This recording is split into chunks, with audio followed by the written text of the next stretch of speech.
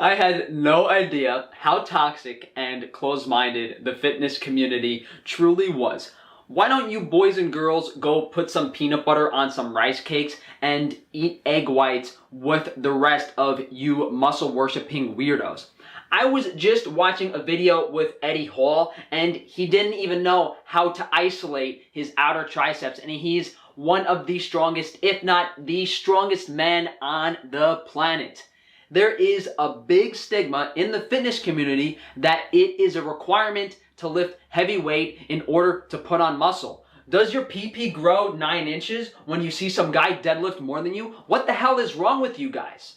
What we actually see in top level bodybuilders is the opposite. I'll let Kai Green explain this for you guys. All right, first thing, you're staying here like this in this fixed position and you're doing this. You know, your bicep needs to stretch, it needs to contract, it needs to stretch, it needs to contract. You're here like this, everything's in your front delt and your delts, and you're here. You're doing these movements. Ah, it feels good. You get up, you're pumped, you feel like, but you're not really training your bicep. So you might need to drop the weight, stretch, squeeze, stretch, squeeze. That's it. We make it more complicated when we start thinking we need to handle more weight, more weight. The primary goal here is not to contract, not to lift weights. You're not a weightlifter. I'll never be a weightlifter. And for people out there that don't know what a weightlifter and a bodybuilder, what's the difference, I'm gonna explain it to you. A bodybuilder is primarily concerned with contracting his muscles. He contracts his muscles against greater and greater amounts of resistance. By doing that, he's able to stimulate hypertrophy and make his muscles grow. A weightlifter is just concerned about moving weight. You know, and he can boast to you about how much he curls, how much he benches, you know, how much do you lift? You're a weightlifter. It's really not important to me. Primarily what's important to me is being able to make my muscles contract efficiently. I'm gonna get a stretch and a contraction. And I'm gonna be in control of it throughout the entire range of motion. Does that make sense? Stretch, stretch, stretch, stretch. Contract. Stretch, stretch, stretch, stretch, stretch. Contract. 3, 4, 5, 6.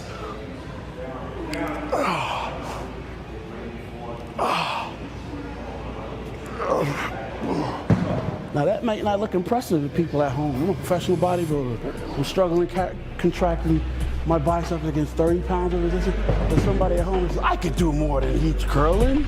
That video is over 8 years old. And that's something I discovered when I was 4 or 5 years into my weightlifting journey.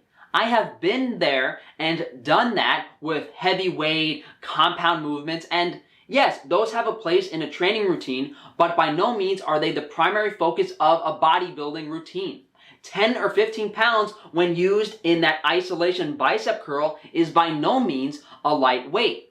It might be light in comparison to the weight you guys are usually jerking around with your whole body, but it is more than enough weight to effectively recruit all of the muscle fibers in the bicep. This is a moderate to heavy amount of weight when being used with proper form. Not some meathead getting hyped up on adrenaline and moving the weight from point A to point B, because that is literally all I see in the gym. People getting pumped up on music, some people even, snorting ammonia to move the weight from here to here. Just because you move a certain amount of weight from here to here doesn't mean your muscles are going to grow. I made a chest workout video last week where I was pinned to a goddamn cross. The amount of criticism was unbelievable. Same with my back workout video yesterday. Ironically, Athlete X made a chest video advocating for similar techniques, and you guys are praising him. You don't just get down there and bounce right out of it like that. You gotta savor that stretch on the pec at the bottom. So he's in this position for 1 or 2 seconds and then come back out of it. Think of it like a pause dip. Down, he has the tension here. You can see it working, and now come up.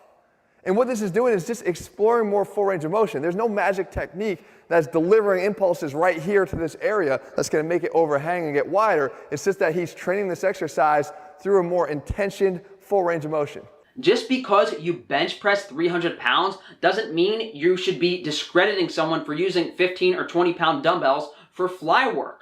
Once you take the shoulders and triceps out of the movement, slow the repetition tempo, allowing yourself to squeeze the muscle, increase the rep range slightly, and lower your rest time to increase the intensity, you are able to take your chest to failure more effectively than a 300-pound bench press.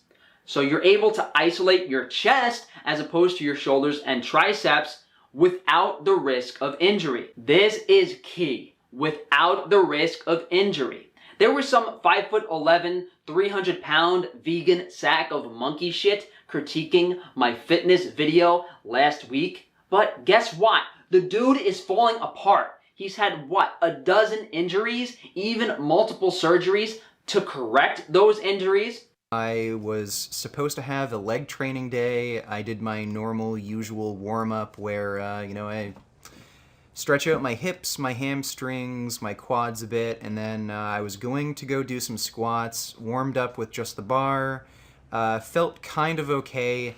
As a lot of you already know, I've had surgery on this knee, and because of the surgery, this knee's kind of fucked up and weird. It clicks and pops sometimes, and it's a bit uncomfortable.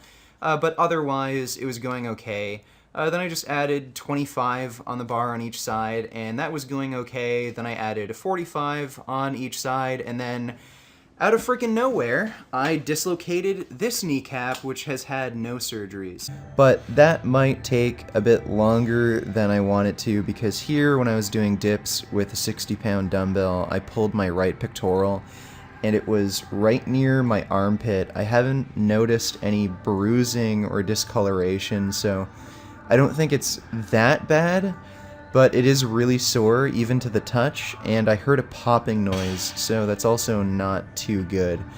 And we know the prevalence of injuries in people who lift heavy weights compared to bodybuilders like Kai Green, Dexter Jackson, who are training for muscle recruitment, not strength. There was a video about 2 weeks ago featuring Mike O'Hearn, Jay Cutler, and Larry Wheels. If you look at the form and weight Jay Cutler was using on the bench press compared to Mike O'Hearn or Larry Wheels, you would say that his form is dangerous and he's not using a weight that is conducive to building muscle. Yet, Jay Cutler had a peak muscle size larger than any of these men had ever achieved. Nah, I'll stay light. My warm-up's different from you guys, though. Look at this, Mo. Look at the angle he's doing this. Why? No, you're gonna tell me why. You see when I squeeze the chest like that? Yeah, but look at where his elbows are, his shoulder, and where the bar comes to.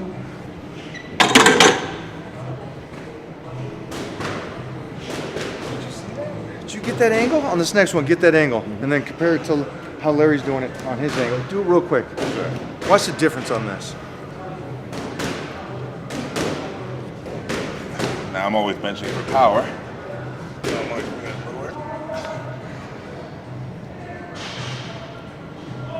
Now look at the angle. Come on up top. Come on up top. Look at these elbows. Tucked. Bop. Pop. Everything's coming into play where Jay's up top, and you can just see him flexing through, where Larry's dropping down underneath and tucking it. Yeah. I go elbows in if I'm doing power bodybuilding or trying to make it harder on myself. I'm doing what you're doing. So right now I'm just doing close grips, so I'm just going to keep it in tight and down low. But I'll do everything from high necks, which you're basically doing high necks. And my whole point is to flex it through. yeah, flex. Larry Wheels also worked out with new Mr. Olympia Brandon Curry. Brandon's workout was considered a pump-up workout, at least in comparison to what Larry was doing, yet Brandon is twice the size of Larry.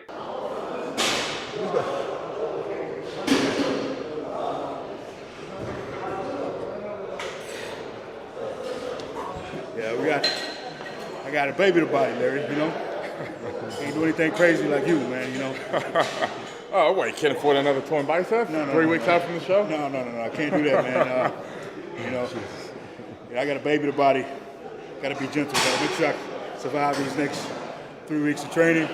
And people have the nerve to say that steroids are what make bodybuilders able to do pump-up work. This is absolutely not true. Why are all of the steroid-using powerlifters and strongmen smaller than the bodybuilders that are doing ineffective pump-up work? I should have provided a background video on my training philosophy before making fitness videos to be clear on a few things. The amount of weight I was using in the videos was for demonstrative purposes, although I'm inclined to believe that the weight I would have used anyway would still have received criticism. The form I used on each of these exercises is specific to muscle stimulation. I'm not just plopping down and doing the exercise. I spend 1, 2, or 3 sets just optimizing what plane of motion I want to be in for that specific exercise on that specific day. When you're doing a very high volume bodybuilding routine, sometimes you go to do an exercise and it doesn't feel like it did last session. It doesn't feel as good. So you're trying to change where your positioning is, change how you're squeezing the muscle to try to optimally take the muscle to failure. Maybe one day your shoulders are a little sore and you're trying to work out chest. If you think I was using improper form on any of these exercises, by all means, go ahead and do your cookie cutter progressive overload training routine that every other person is doing, or stop being so close-minded and experiment a little bit in the gym. Every single thing suggested by you guys in the comments is something I explored when I was a novice weightlifter. And this isn't me being arrogant. This is me genuinely trying to give you guys some open-minded insight to working out. These principles are what I have observed every top bodybuilder in the world is incorporating into their high-volume training routine. I'm not going to make further fitness videos documenting my actual workout routine or what I believe is optimal for muscle growth. Yeah, I mean, sometime in the future, maybe I will, but people are obsessed with bodybuilder appearance. You know, they don't care if I look like I'm in shape, if I look good. That's not what it's about. It's about having a large amount of muscle. It's about, consistently making fitness videos on YouTube for 4, 5, 6 years. And maybe if I had started making fitness videos when I was still bodybuilding and weightlifting, I'd be in a much better position than I am in now. But what are you going to do? I'm honestly, it's disgusting taking criticism from people who think squats are going to grow your calves, and really irritating. What I don't understand is you guys are so open-minded in regards to your diet. You see how intelligent I am in all aspects of health and diet, and that's not including the stuff I haven't shared on my YouTube channel. There's a lot more up here, and you guys think I'm going to come on and make stupid fitness videos. I understand I did not convey myself as I meant to in these fitness videos, but it's really disgusting and despicable how the fitness community really is. So I'll see you skinny, fat, chubby losers on the beach next year. But as usual, thank you guys for joining me. If you could please like the video, subscribe, hit that bell icon, share the video if you would like to. If you guys would like to support me further, check out Frankie's Free Range Meat, providing you with high quality, nutrient-dense animal foods at the most affordable price. If you haven't been on frankiesfreerangemeat.com, you are missing out. You can also check out Frankie's Naturals if you want to look like you were chiseled from bronze at frankiesnaturals.com. Minimal ingredients, minimally processed hygiene and cosmetic products. If you guys would like to reach out to me for one-on-one health consultations, you can shoot me an email, frankatufano@gmail.com. Some of you guys might remember I was going to do a fitness trial. I had 50 people sign up to do my workout routine. I consulted 50 people on the workout routine, and not one person followed through on it. So it's a little bit disheartening. I would have just done the fucking routine myself for 6 months if I knew that was going to happen. But what are you going to do? Thanks again, guys. Enjoy the rest of your day. Fuck all you muscle homos.